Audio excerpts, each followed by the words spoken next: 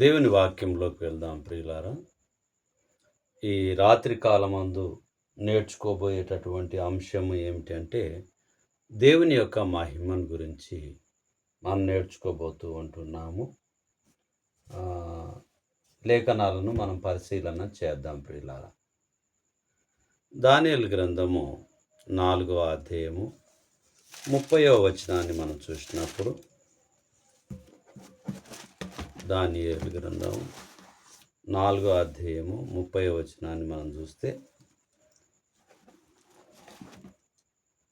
రాజు బబులోనును ఈ మహావిశాల పట్టణము నా బలాత్కారమును నా ప్రభావ ఘనతను కనపరచుటకై నా రాజధాని నగరముగా నేను కట్టించినది కాదా అని తనలో తాను అనుకునేను.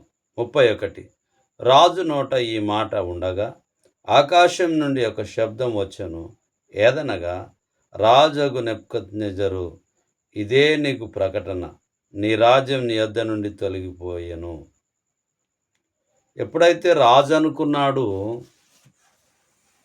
ఇది నా వలనే కలిగింది కదా అని చెప్పి ఎప్పుడైతే తాను అనుకున్నాడో, అనుకున్న వెంటనే దేవుని వాక్యం వినిపించింది. ఏంటంటే, ఇదే నీది చివరిది ముగింపు అనేటటువంటిది లేఖనాలు గుర్తు చేయబడుతుంది. నీ నుంచి రాజ్యం తీసివేయబడింది అని చెప్పి. రాజు నోట ఈ మాట ఉండగా ఆకాశము నుండి ఒక శబ్దం వచ్చాను. ఏదనగా, రాజగు నెబుకద్నెజరు, ఇదే నీకు ప్రకటన, నీ రాజ్యం నీ యొద్ద నుండి తొలగిపోయాను. ఎప్పుడైతే ఈ 4వ అధ్యాయంలో ఉన్న విషయాన్ని మనం చూస్తే, దేవుని సర్వాధిపత్యమును నెబుకద్నెజరు రాజు అంగీకరించెను. రాజు చూసిన కలను అతడు వివరించెను. దానియేలు కళాభావమును తెలిపాను. ఈ విషయాలు ఈ యొక్క 4వ అధ్యాయంలో ఉంటూ ఉన్నాయి. మరి 4వ అధ్యాయంలో 30 వచనాన్ని మనం చూసినప్పుడు, 31 చూసినప్పుడు, రాజైనటువంటి నెబుకద్నెజరు ఏమనుకున్నాడు అని అంటే, తాను అది చదువుకుందాం మళ్ళీ. రాజు బబులోనును ఈ మహావిశాల పట్టణము నా బలాధికారమును నా ప్రభావ ఘనతను కనపరచుటకై నా రాజధాని నగరముగా నేను కట్టించినది కాదా అని తనలో తాను అనుకున్నాను. కానీ యెహోవా ఇల్లు కట్టించని ఎడల దాని కట్టువారి ప్రయాసము వ్యర్థమే. ఆయన నేను కట్టించానని అనుకుంటున్నాడు, కానీ దేవుడు కట్టించాడు అనేటటువంటిది మర్చిపోయాడు.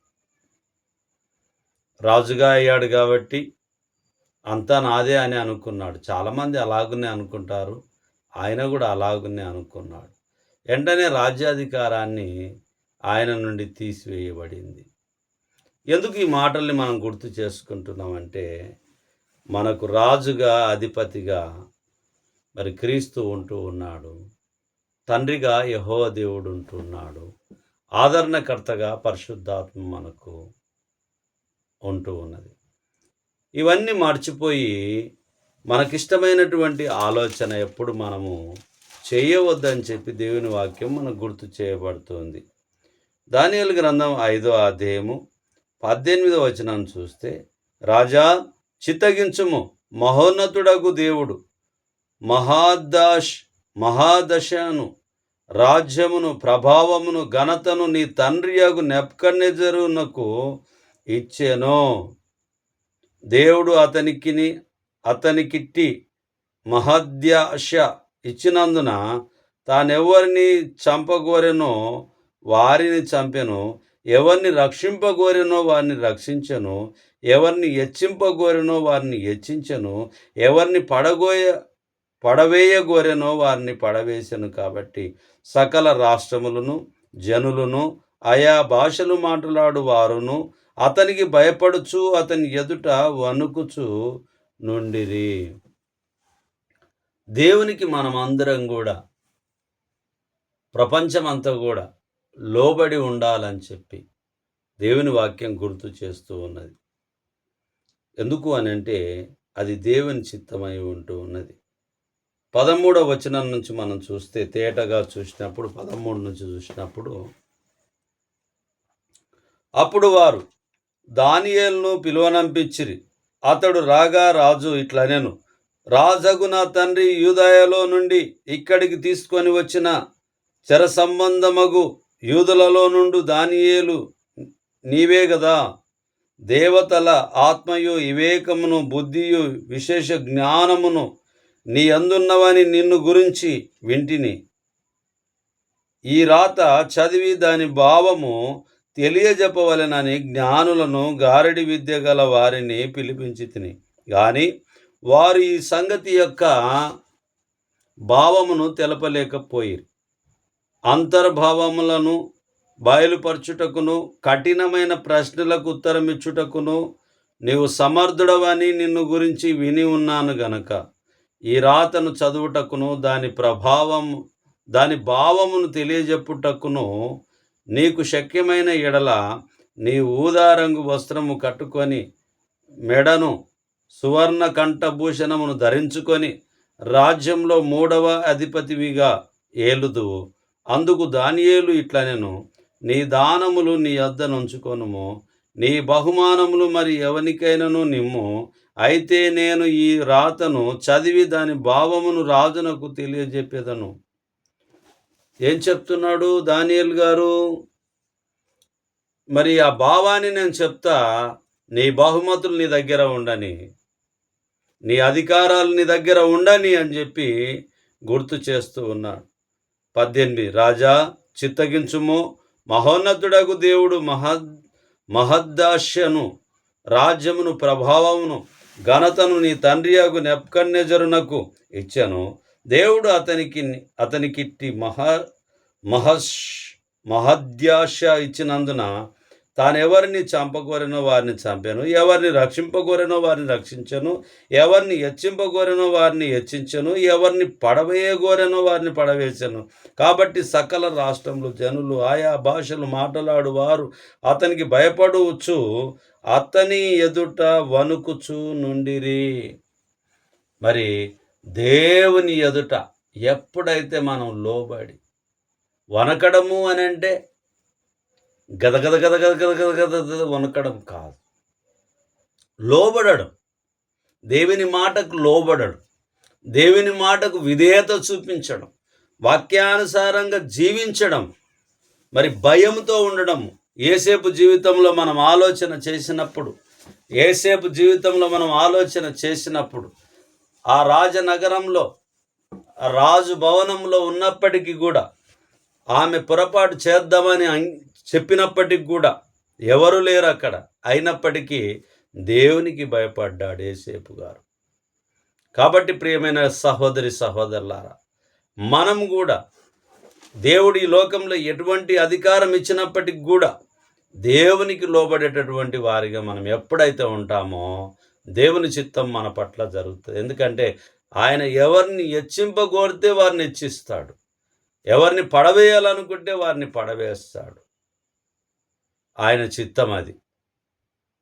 ఆయన చిత్తము నెరవేరాలి మన పట్ల అని అంటే, మంచిగా నెరవేరాలనుకుంటే మనం భయముతో భక్తితో ఉండాలి, విధేయత కలిగి ఉండాలి, లోబడి ఉండాలి, దేవుని చిత్తం జరిగించే వారిగా మనం ఉండాలి.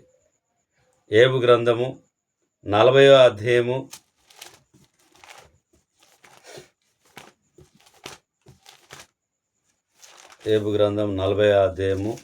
10వ వచనాన్ని మనం చూద్దాం.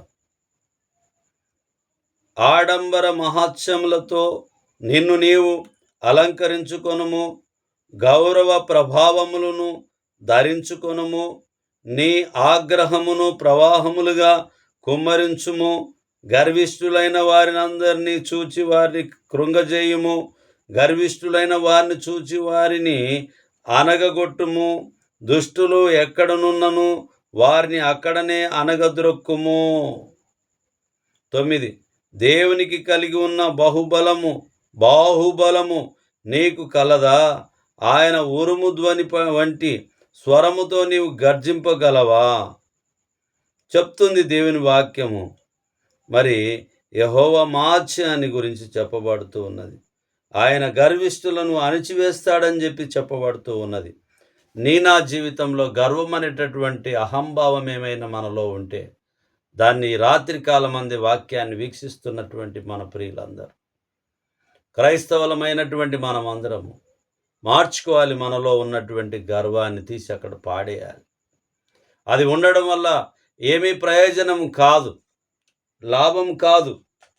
ఎందుకు అని అంటే, ఒక పిల్లులను పెంచుకున్నా, ఓ కోతులను పెంచుకున్నా, ఓ పులులను పెంచుకోవచ్చు.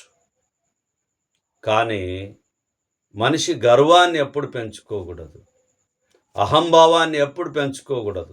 దేవుని కన్నా నేను ఎక్కువ అనేటటువంటి భావం, దేవునితో నేను సమానం అనేటటువంటి భావం ఎప్పుడైతే మనలో వచ్చింది అని అంటే, తప్పకుండా నాశనానికి ముందు గర్వము నడుస్తుంది అని చెప్పి గుర్తు చేయబడుతూ ఉన్నది. కాబట్టి ప్రియమైన సహోదరి సహోదరులారా, మరి దానియేలు గారు చెప్పారు నెబుకద్నెజర్ గారి దగ్గర, మీ బహుమతులు మీ దగ్గరనే ఉండనియండి, మీ అధికారములు మీ దగ్గరనే ఉండండి, నేనైతే చెప్తా అని చెప్తూ ఉన్నాను. అంటే ఏమీ ఆశించడం లేదు. అంటే అక్కడ రాయబడింది ఏందో, ఆ భావం ఏందో మాత్రం, అది మాత్రం నేను చెప్తా. మీ బహుమతులు ఆశించి నేను చెప్పడం లేదు, దేవుని చిత్తం నేను చెప్పాలి కాబట్టి చెప్తున్నా అని ఆయన గుర్తు చేస్తూ ఉంటూ ఉన్నాడు. మనమైతే ఆశించే వారిగా ఉన్నాం, యాచించే వారిగా ఉంటూ ఉన్నాం. యాచించేవారు ఇక్కడ కనిపించరు, దానియేలు గారిలాగా కనిపించరు. కాబట్టి ప్రియమైనటువంటి వారులారా, మన జీవితంలో మనం జాగ్రత్తగా ఉండాలి. మరి యోబు గ్రంథంలో కూడా మనం చూసాం కదా, 40వ అధ్యాయంలో దేవుని పరిశుద్ధత ముందు యోబు తన్ను తాను తగ్గించుకొనెను.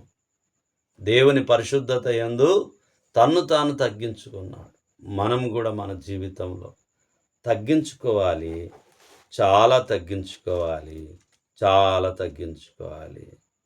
అలా తగ్గించుకున్నప్పుడు మన జీవితాలకు మాదిరికరంగా, ఉపయోగకరంగా, దీవెనకరంగా, ఆశ్చర్యకరంగా దేవుని మహాత్యాన్ని మనం చూడగలుగుతాం.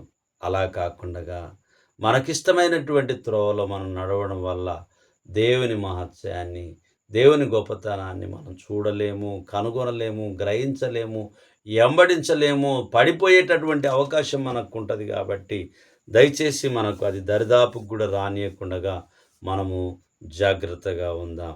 మళ్ళీ ఇదే సబ్జెక్టు ఇంకా కొద్ది భాగం ముందుంది, వాటిలోకి మనం వెళ్దాం.